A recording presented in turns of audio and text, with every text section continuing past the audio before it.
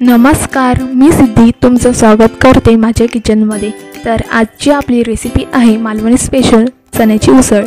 तर चला मग आपण आपल्या रेसिपीला सुरुवात करू।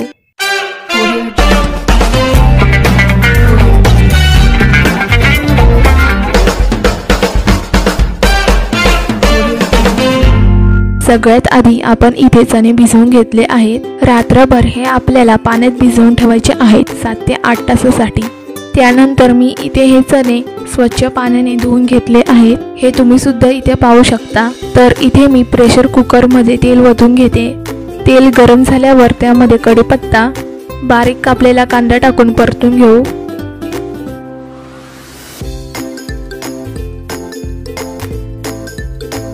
त्यानंतर त्यामध्ये हिंग, हळद, गरम मसाला आणि लाल तिखट टाकून मिक्स करून घेऊया। मसाला असा चांगला मिक्स झाल्यावर त्यामध्ये बारीक कापलेला टोमॅटो घालून परतून घेऊ।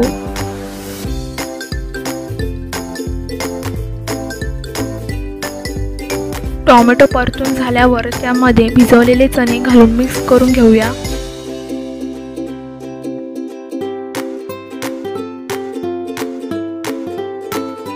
चणे मिक्स केल्यावर त्यामध्ये मालवणी वाटप आणि थोडेसे पाणी घालून ढवळून घेऊ।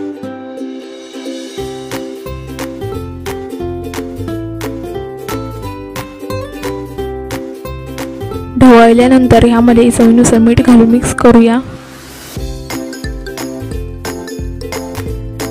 मिक्स करून झाल्यावर आता ह्या कुकरवरती झाकण लावून ह्याच्या 3 शिट्ट्या करून घ्यायच्या।